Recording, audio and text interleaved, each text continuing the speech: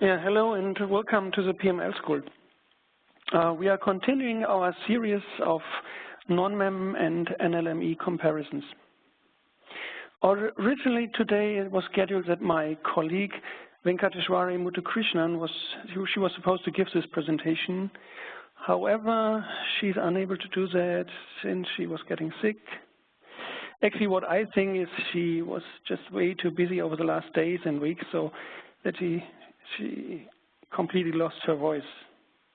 So I'm sorry for her and wish her to get well soon.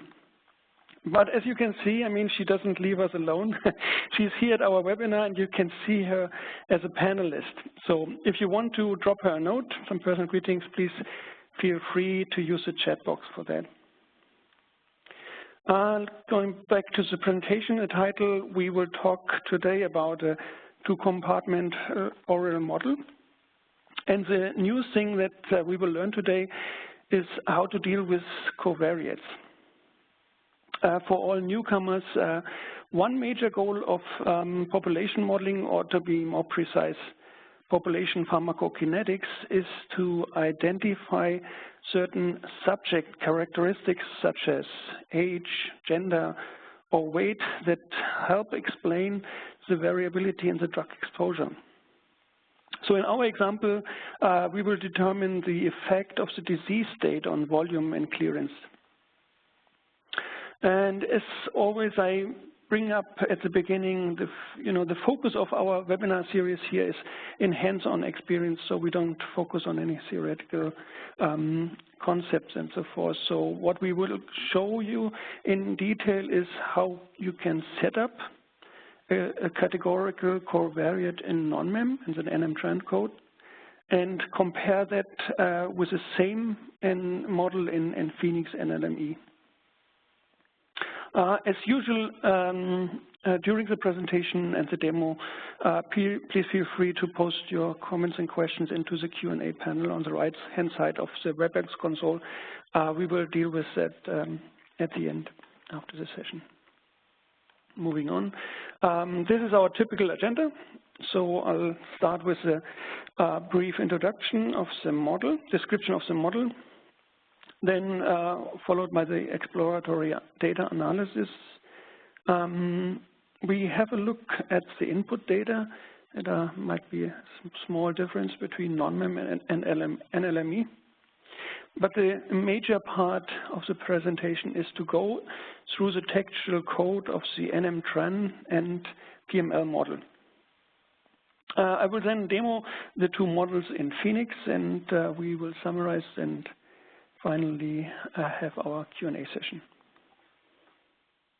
Moving on.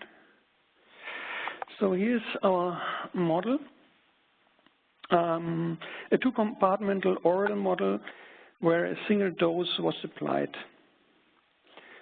We will determine a covariate relationship between both volume and clearance with a disease state. And the disease state is actually a categorical covariate. And as usual, we take the clearance parameterization and assume that all our structural parameters are log normally distributed. We take a multiplicative residual error model with a standard deviation of 0.1 corresponding to a CV of 10%. And as a covariate, we have the disease state with 3 levels, 0 for normal, 1 for moderate, and 2 for severe. Let's have a look at our first profile. So this is the first profile, the first patient on a semi-log scale. You can see there's a small, let me take a laser pointer. You see we have this very short absorption phase, and then the curve declines, and then here in this declining phase, in the descending arm, you can imagine there might be two slopes. So I guess then the two-compartmental model might be justified. All right. Moving on. So this is input data. and they don't differ very much. The content, I would say, is almost identical. It's just the column headers as usual that show different names. So in NONMEM, where we speak of a CID, the subject identifier, it's simply called ID in NLME. Time is time in both cases. Disease state is disease state in both cases, and you see these are expressed as integers, 0, 1, 2. And then in NONMEM, we have the DV, the dependent variable, which is C-ops in NLME. This is the concentration observed. And the AMT, those amounts are specified in this column. In NLME, it's just called AA, amount absorbed. NONMEM uses an additional column, the MDV column, missing data variable, which just distinguishes between dosing records and concentration time records. And we don't use this for NLME in this case. This is the input. Coming to the code now. These are the textual model. And this is really starting right from the header of the NM-TRAN code and also the PML code. So there is some way to describe. There's one comment in the Q&A that says that the slides are not changing. Can you see that, Cheryl? Can you just give me feedback that you can see the slides? I am seeing it, yes. Yes, and I have written to him, yes. Okay, good. So at the very header, you have some under dollar problem, you have a means to describe the model. You can do the same in NLME by giving it a proper name and maybe some comments after that. Then you provide the input. These are the columns that are required for NONMEM.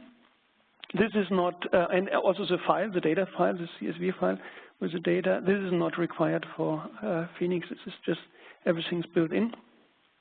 And at the bottom, you define the PK model. So in this case, what we do is we are using a closed form type of model, and this is specified with a subroutine advan4 trans4 in NONMEM, and in NLME we are using the CF micro statement for that. Okay, and the next slide. So this we are starting to specify the structural parameters, the structural model parameters. And this is just specifying the absorption rate, Ka. So we define a fixed effect, θ1, which is TVKA, and then express Ka as a product of the fixed effect with the random effect in exponentiated form. The corresponding code in NLME is using the ST-PALM statement, where you see the same formula. Like here, we just express the random effects with a lowercase n and then the corresponding structural parameter Ka. Here, the next slide, we are defining the volume of distribution of the central compartment, which is called V2 in NM-TRAN. Again, we are starting with the fixed effects, TVV, assign it to the second theta parameter, θ2.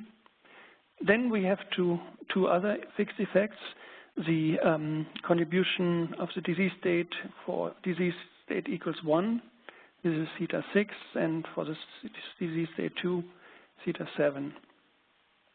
And then the disease states are handled then with an if clause. So in case this disease state is 0, then the expression is just the product between the fixed effects and the random effect.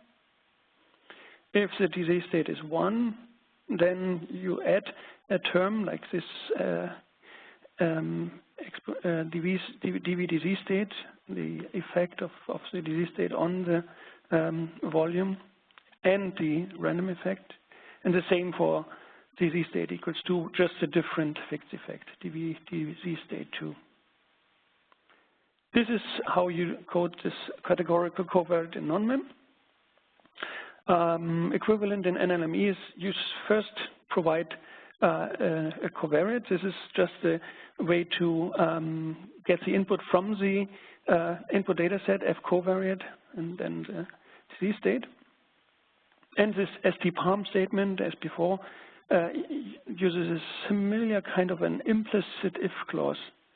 So the volume is a product of the fixed effects, TVV, with a DV disease state 1. And this means this is the implicit if clause. Disease state equals 1 means if this is the disease state equals 1, this value becomes 1, and this contribution becomes active. If it's not 1, it becomes 0, and this whole this exponential function is 0. 1. So it doesn't contribute. And the same for the disease state 2 here, it was an implicit if clause. And then we'll add this random effects, e to the NV. That's for the volume. We have another volume, the peripheral volume. And here we also define the fixed effects, theta 3. And since we are not expressing here a random effect, we just assign the structural parameter to the fixed effect, V3 equals TVV2. Similar in NLME, we use the ST-PALM statement again with V2 equals TVV2. Next one is, clearance. This is much the same as we've seen for the volume of the central compartment, first assigning the fixed effects, theta 4, 8, and 9, and then we have the if clause with the 3 different disease states, 0, 1, and 2, and the corresponding expression of the structural parameter clearance. And for not NLME, it's a similar ST-PALM statement, just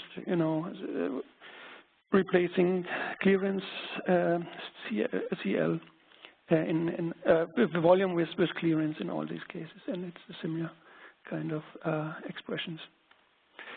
Next one is we have an intercompartmental clearance, which is called Q in NONMEM. We're assigning a fixed effect, and we have no random effect on this, so it's just assignment Q equals TVCL2. And the corresponding statement is in NLME is ST-PALM CL2 equals TVCL2. So this is very simple.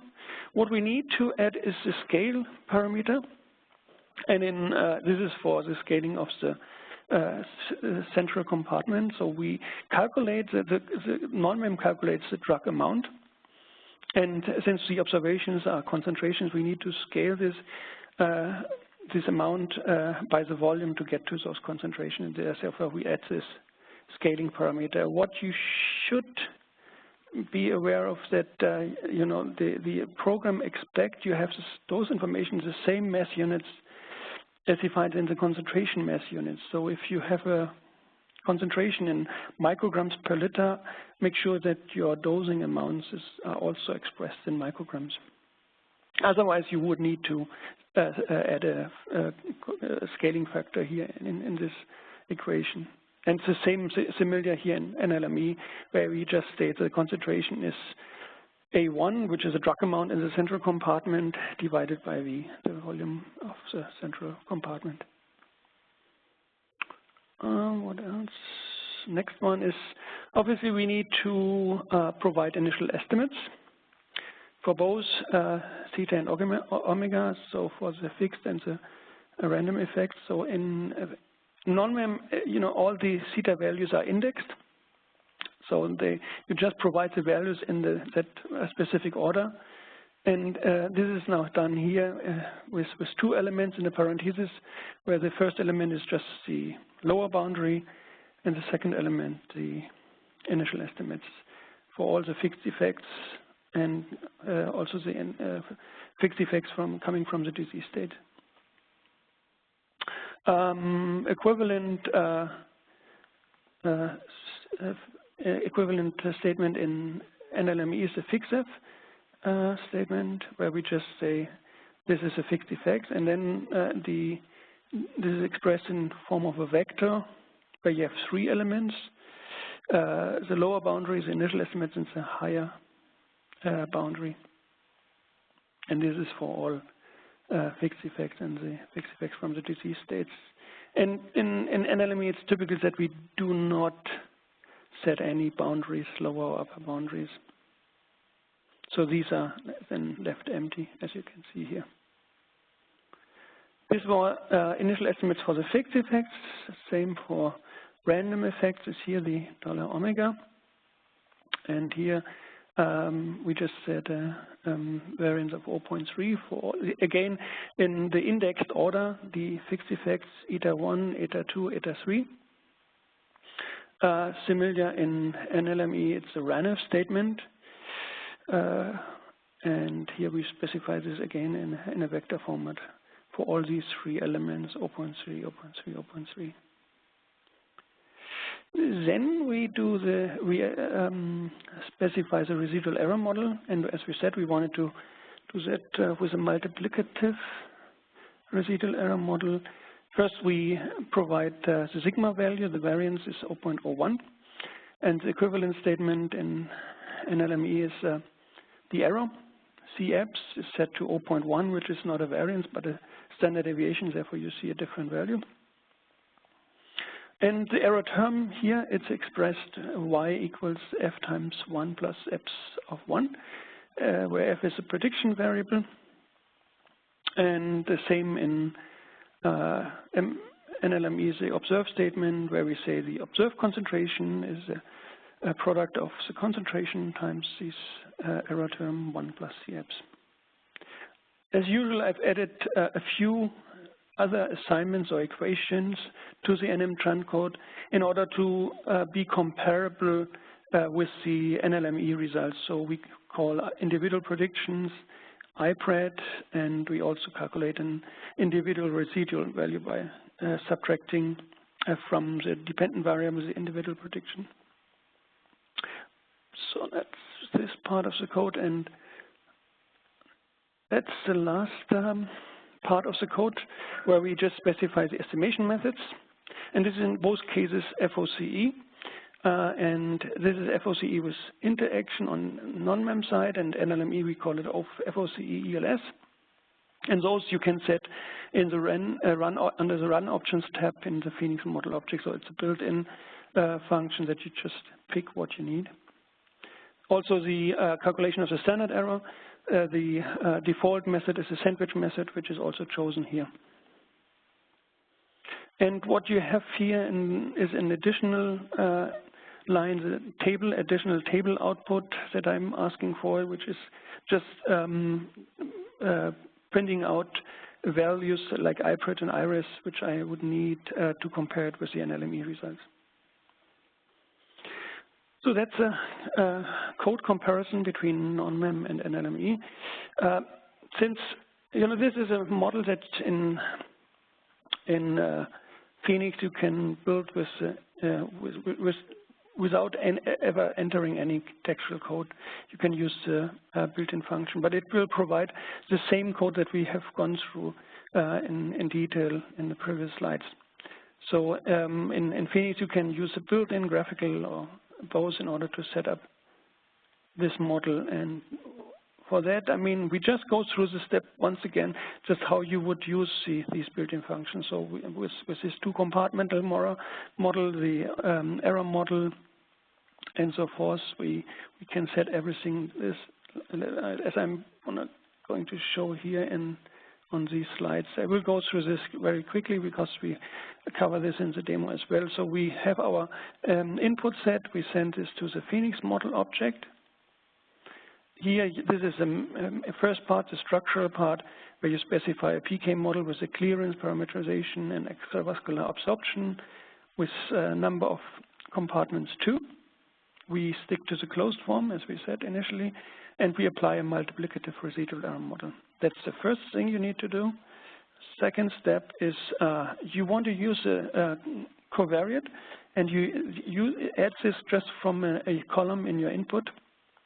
data set, which is called disease state, and then you can apply, where you want to, you choose where you want to apply those categorical covariates, and you need to specify the type of the covariate to be categorical.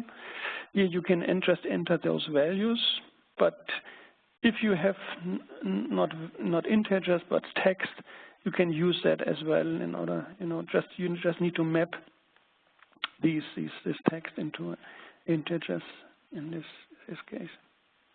Then some parameter settings. You need to adjust random effects here to these values as we specified, as well as the fixed effects.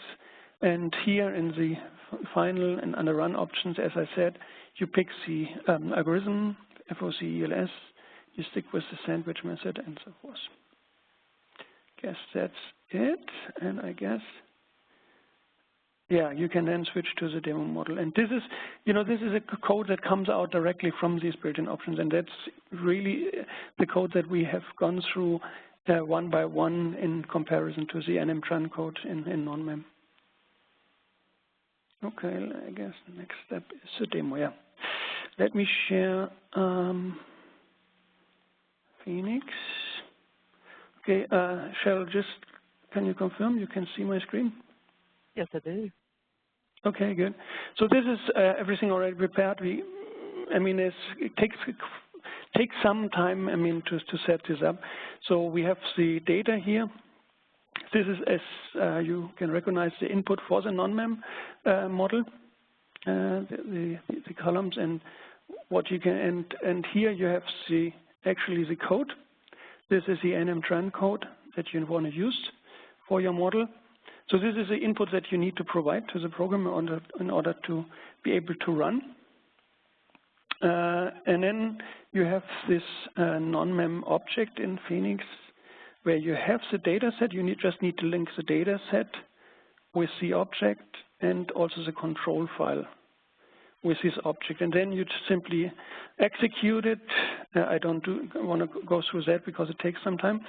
And then you get this output back from the NONMEM program with lots of control files, the omega table, some residual table, Phoenix table. This is a table that I've specifically asked for. Sigma and theta, everything's there. And also some plots, but we'll come to that, when we compare with the NLME results. I've also got a already prepared NLME object, where you also just say map your input data with the object and then provide some settings down below. What I would suggest, I just go through the building of this model. So let me take this one. This is our input. ID, time, disease state, C-ops, and AA. That's what we need.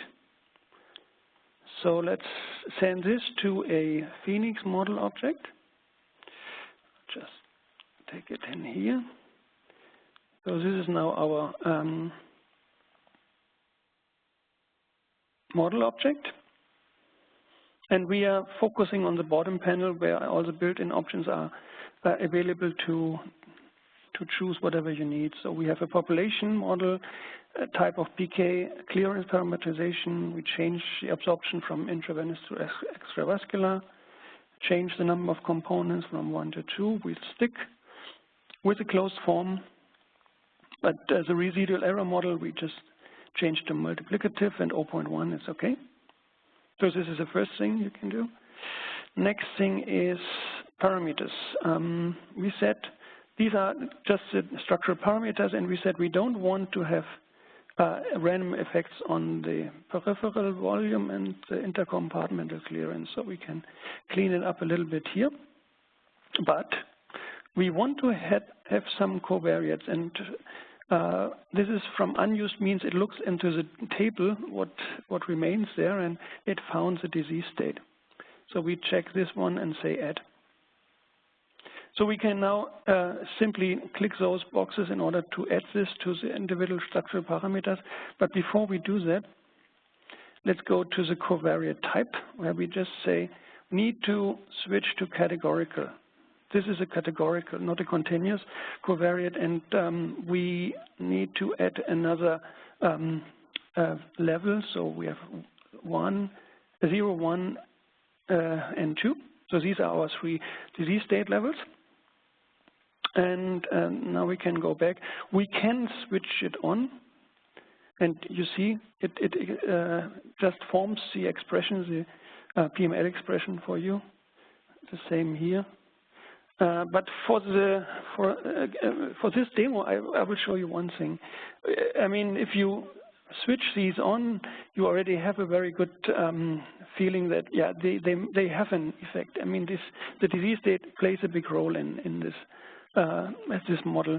But maybe at the beginning you say, I don't know, and you just want to check.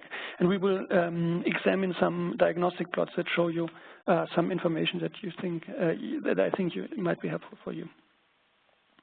So we've set this disease state covariate. Here's a categorical covariate we have now defined. Now we go to the fixed effects, and here we want to set some initial values, like the volume should be 50 in those cases.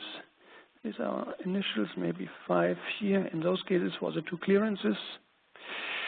Random effects, we wanted to set to 0.3 initially. 0.3 and 0.3. Okay, and that's it. Let's go quickly to initial estimates. This is just to check that everything is set up properly. And you see here, you see the predicted curve and some data points from the first profile. This looks okay. Let's have an overlay look, okay, and also on the log scale. This looks like, this is a good first initial estimate for this run, so we can go to run options, check that the right algorithm is chosen and the right standard error method, which is the case. So we just run this model now. And what it does, it will do a regular fitting of a 2-compartmental oral model with the 5 parameters, Ka, V, V2, Cl, and Cl2. This shouldn't take too long, but we want to focus in the examination of the results on our covariate, categorical covariate that we have just defined. We have not applied it to any structural parameter yet, but it's been applied and it can be used for some diagnostic plots. So this is the result.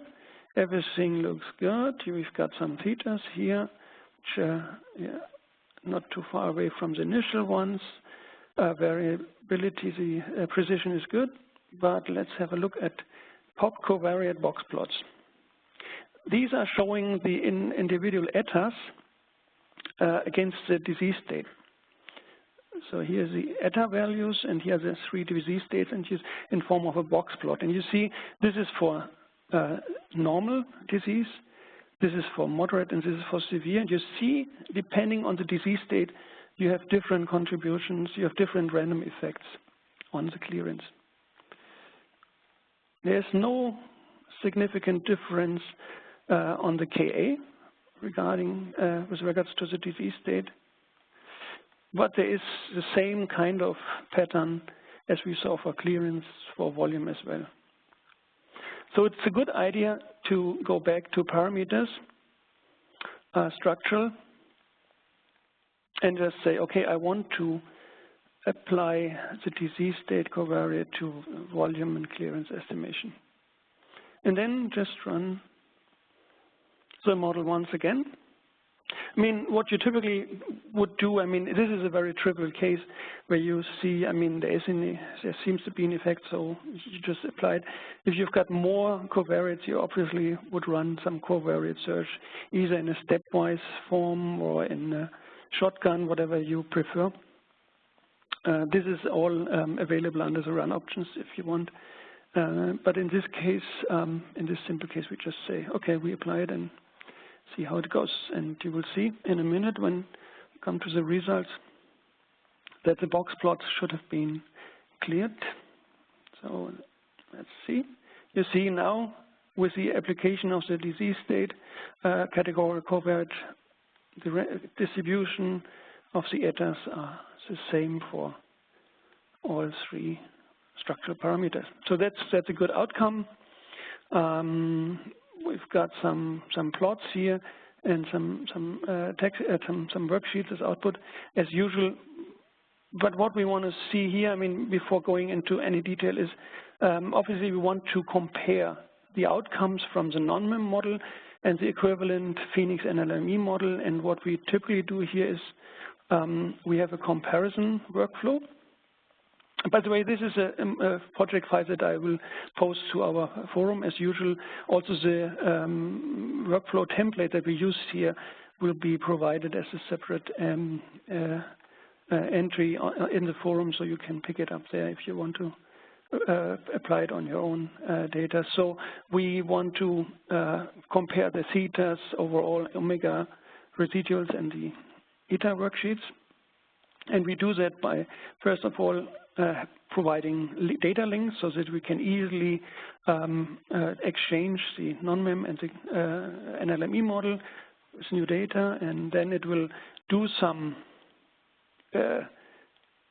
stuff with the data, so it will stack them up, it will filter them, join them, and so forth, in order really and append them in order to come up with a final table like this one, as a theta table, where you see it just compares all the individual parameters and gives you the results from the NONMEM and the NLME with the estimate and the standard error side by side. So you can examine that very closely. And the same we do with the plots, the histogram of the conditional weighted residuals here for NLME and NONMEM, or the eta histograms, NLME versus NONMEM, and lots of other plots.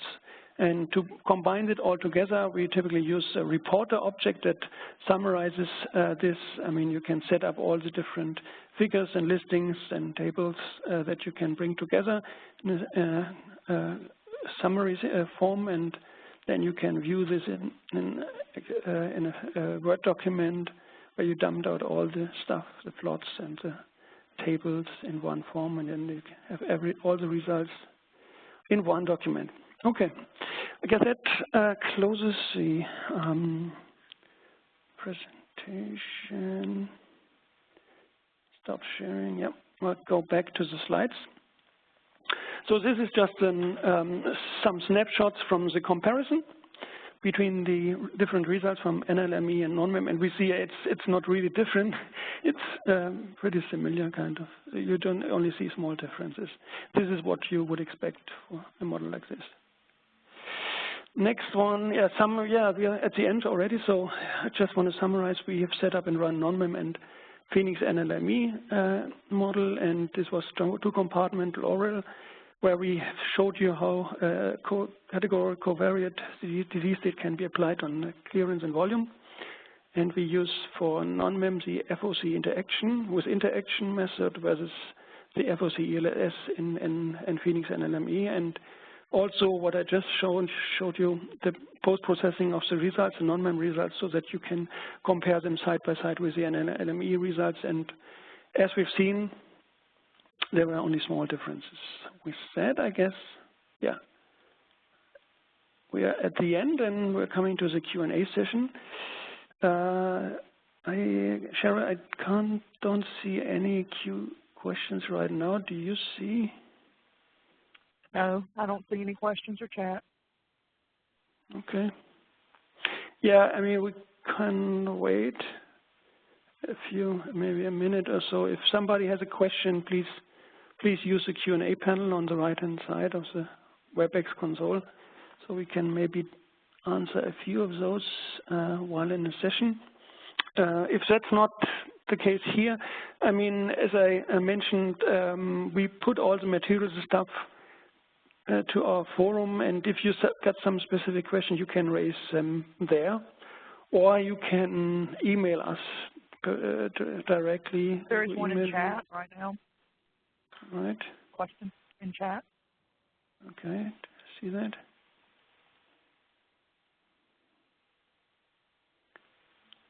Do you see it? No. No. This is why I do not set bounds for NLME. Yes, because this is a good question.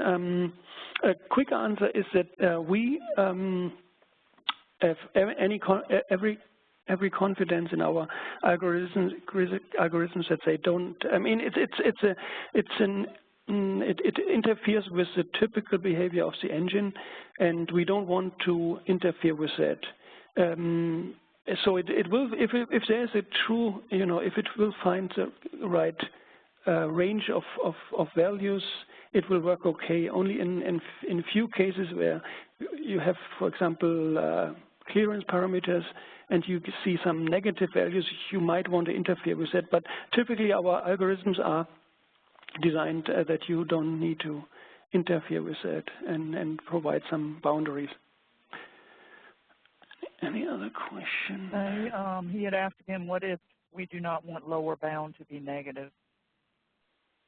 Yeah, then you can do the same as we've seen in NONMEM. You just put in the first element as zero, and then it will make sure you don't get any negative value. You can do that. I mean, you're free to do that anytime, but our recommendation is to start without boundaries, because then our algorithm works best. Okay. We have another one. Nice presentation. Can you please shed some light on dealing with multiple covariates of different nature? For example, effective disease state, ordinal, and gender binary covariate on CL.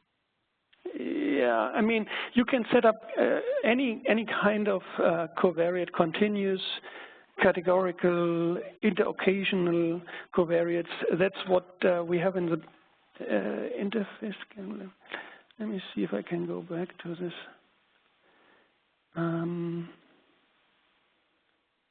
This one here, right? So you got different types of disease states, right? And you can add those.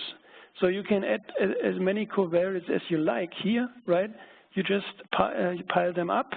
And then typically what you do is you don't apply them to the structural parameter calculation, estimation right away. You just run a covariate search to find out which ones are really significant.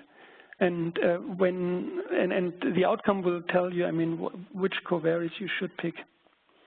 Right. So, but maybe we can maybe answer this.